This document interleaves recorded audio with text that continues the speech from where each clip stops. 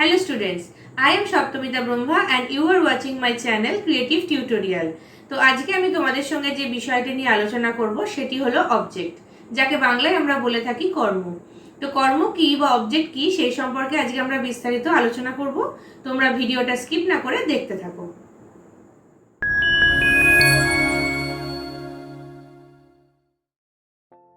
তো স্টুডেন্টস, আজকে যে বিষয়টি নিয়ে আমি তোমাদের সঙ্গে আলোচনা করব সেটি হলো অবজেক্ট বা কর্ম। আর তোমরা যদি আমার চ্যানেলে নতুন হও তাহলে অবশ্যই আমার ভিডিওটিতে লাইক দিয়ে আমার চ্যানেলটিকে সাবস্ক্রাইব করে দিও আর পাশে থাকা বেল আইকনটিতে ক্লিক করে দিও। তাহলে আমি যখনই কোনো নতুন ভিডিও দেব তোমরা তার ইনস্ট্যান্ট নোটিফিকেশান পেয়ে যাবে। তাহলে চলো ভিডিওটা আমরা শুরু করি। প্রথম আজকে আমরা যেটা জানবো সেটা হলো হোয়াট ইজ অবজেক্ট, কর্ম কাকে বলে। In English grammar, an object is a noun or pronoun that is acted upon by the subject in a sentence.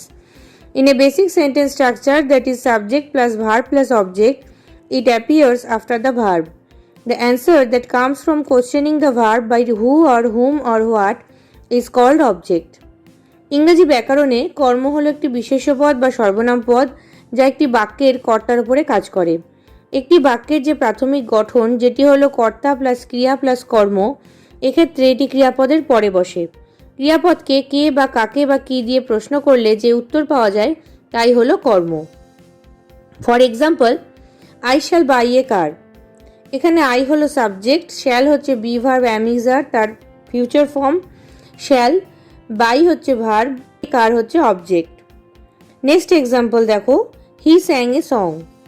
সে একটি গান গেয়েছিল। এখানে হি হচ্ছে সাবজেক্ট, স্যাং হচ্ছে সিং এর পাস্ট ফর্ম আর সং হচ্ছে অবজেক্ট।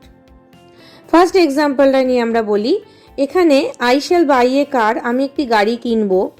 এই সেন্টেন্সটায় আমরা দেখতে পাচ্ছি এ কারটা যদি আমরা সরিয়ে দিই তাহলে হয় আই শ্যাল বাই, আমি কিনবো। কি কিনবো আমরা কিন্তু জানতে পারছি না, তাহলে কি হচ্ছে সেন্টেন্সটা কিন্তু সম্পূর্ণ হচ্ছে না। আমরা যদি এখানে বলি আই শ্যাল বাই এ কার তাহলে আমরা কিন্তু একটা কমপ্লিট সেন্টেন্স পাচ্ছি যেটা মিনিংফুল, যে আমি একটা গাড়ি কিনবো। নেক্সট এক্সাম্পলটা দেখো সেমই, হি স্যাং এ সং, সে একটি গান গেয়েছিল। এখানে যদি আমরা এ সংটাকে সরিয়ে দিই হি স্যাং শুধু বলি তাহলে বুঝবো কি হি স্যাং, সে গেয়েছিল। আমরা কিন্তু সম্পূর্ণ যে অর্থ সেটা পাচ্ছি না। আমরা যদি এখানে পুরোটা বলি যে হি স্যাং এ সং তখনই কিন্তু একটা কমপ্লিট সেন্টেন্স আসছে। তাহলে এই যে এ কার বা এ সং, এইটা দিয়ে আমরা একটা সেন্টেন্সের সম্পূর্ণ অর্থ বা একটা কমপ্লিট সেন্টেন্স পাচ্ছি। তাহলে একটা সেন্টেন্সের যে পার্টটুকুনো দিয়ে আমরা একটা কমপ্লিট সেন্টেন্স পাই বা একটা মিনিংফুল সেন্টেন্স পাই সেটাকেই আমরা বলতে পারি অবজেক্ট। এখানে দেখো এ কার এবং এ সং দিয়ে কিন্তু সেন্টেন্সটা সম্পূর্ণ হলো এবং অর্থপূর্ণও হলো। কাজেই এই দুটোকে এ কার হচ্ছে অবজেক্ট এবং এ সং হচ্ছে অবজেক্ট। ক্লিয়ার? নেক্সট,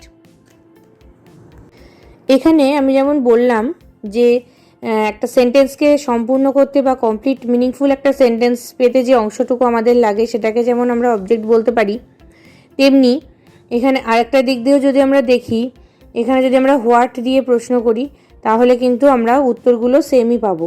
কেমন দেখো, আমি যদি বলি হোয়াট শ্যাল আই বাই, আমি কি কিনবো, আই শ্যাল বাই এ কার, তাহলে হোয়াট দিয়ে প্রশ্ন করে আমরা কি উত্তর পেলাম, এ কার। সেটার কারণে কি হলো, এ কার হয়ে গেল অবজেক্ট।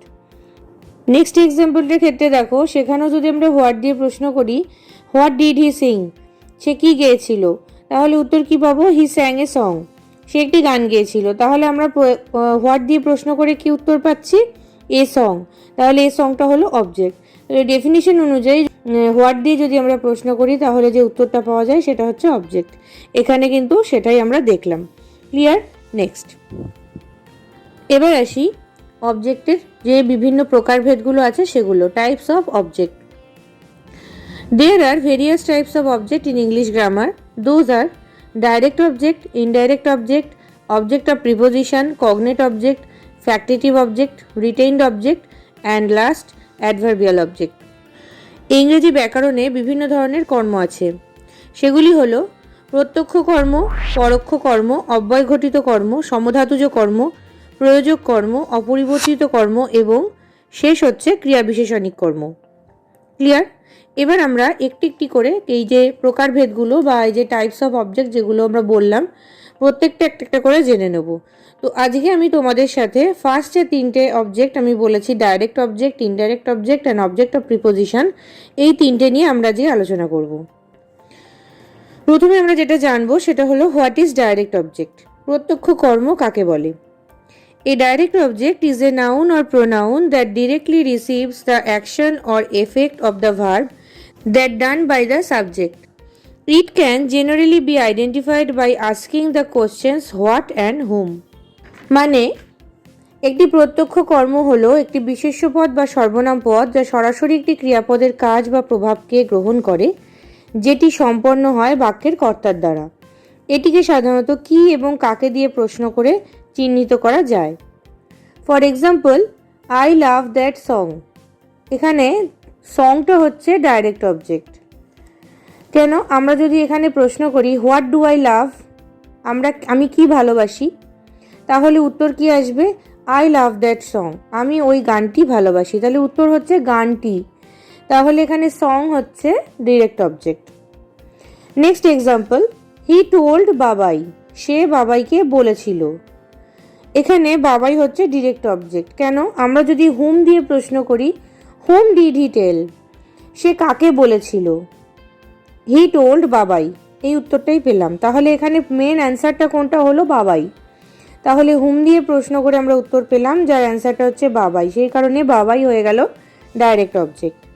ক্লিয়ার? নেক্সট নাম্বার 2 হলো হোয়াট ইজ ইনডাইরেক্ট অবজেক্ট। পরোক্ষ কর্ম কাকে বলে? An indirect object is a noun or pronoun, but it does not receive the action in the sentence directly. It receives the direct object. It can be identified by asking the question to whom or for whom. একটি পরোক্ষ কর্ম হলো একটি বিশেষ্য পদ বা সর্বনাম পদ, কিন্তু এটি বাক্যের মধ্যে কোনো কাজকে সরাসরি গ্রহণ করে না। এটি গ্রহণ করে প্রত্যক্ষ কর্মকে। এটিকে সাধারণত কাকে অথবা কার জন্য দিয়ে প্রশ্ন করে চিহ্নিত করা যায়। For example, Tina gave her the বুক। এখানে হার হচ্ছে ইনডাইরেক্ট অবজেক্ট আর বুক হচ্ছে ডিরেক্ট অবজেক্ট। কেন? আমরা যদি এখানে টু হুম দিয়ে প্রশ্ন করি তাহলে কি পাবো? To whom did Tina give the book, Tina বইটা কাকে দিয়েছিল? Tina gave her the book, Tina তাকে বইটা দিয়েছিল। এখানে আমরা টু হুম দিয়ে প্রশ্ন করে তাহলে উত্তরটা কি পেলাম? হার বা তাকে। তাই জন্যে হারটা হয়ে গেল indirect object. Next example, father bought a new pen for me. বাবা আমার জন্যে একটি নতুন পেন কিনেছিলেন। আমরা যদি এখানে ফর হুম দিয়ে প্রশ্ন করি, for whom did father buy a new pen, কার জন্য বাবা একটা নতুন পেন কিনেছিলেন?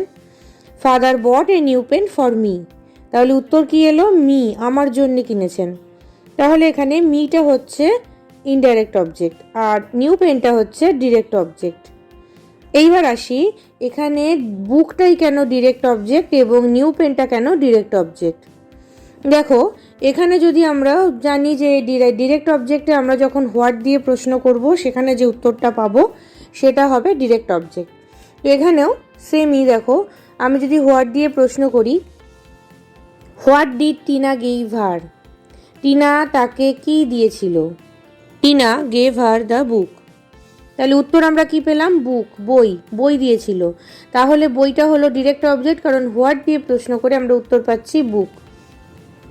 নেক্সট এক্সাম্পলের ক্ষেত্রেও দেখো, what did father buy for me, বাবা আমার জন্য কি কিনেছিলেন? Father bought a new pen for me, বাবা আমার জন্য একটি নতুন পেন কিনেছিলেন। তাহলে আমরা হোয়াট দিয়ে প্রশ্ন করে কি উত্তর পেলাম? New pen. কাজেই নিউ পেনটা হয়ে গেল এখানে ডিরেক্ট অবজেক্ট। বোঝা গেছে? Next number 3, what is object of preposition. অব্যয় ঘটিত কর্ম কাকে বলে? Object of preposition is a noun or pronoun that usually comes after a preposition. It is also called the prepositional object. অব্যয় ঘটিত কর্ম হলো একটি বিশেষ্য পদ বা সর্বনাম পদ যেটি সাধারণত একটি অব্যয় পদের পরে বসে। এটিকে ইংরেজিতে প্রিপোজিশনাল অবজেক্টও বলা হয়। মানে আমরা যেটাকে বলছি অবজেক্ট অফ প্রিপোজিশন, সেটাকে আমরা প্রিপোজিশনাল অবজেক্টও বলে থাকি। For example, the book is on the table. এখানে দেখো, অনটা হচ্ছে প্রিপোজিশন আর টেবিল হচ্ছে অবজেক্ট।